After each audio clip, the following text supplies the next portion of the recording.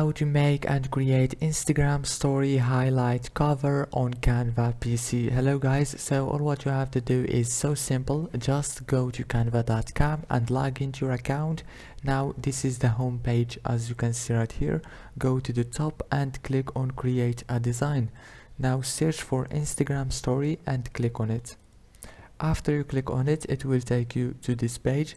Now go here and scroll down like this until you find the Instagram story highlight cover. Now click on see all and choose one of these. For example, let's choose this one, and now you can change everything from here: the mood, work, read, quotes, fashion, skincare. Very professional, as you can see, and so easy to edit. After you finish, go here, click on share and click download. If this video was helpful, please don't forget to like and subscribe, and thank you so much for watching.